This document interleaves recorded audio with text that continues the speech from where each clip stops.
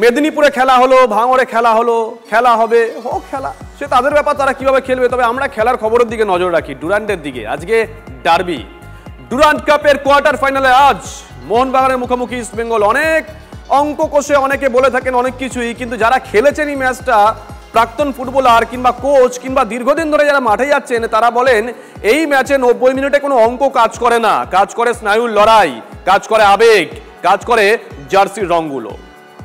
কৌস্তব রয়েছেন এই মুহূর্তে আমাদের সঙ্গে। কৌস্তব, ঘড়ির কাঁটা এই মুহূর্তে 2:42, আমার লাঞ্চ এখনো হয়নি।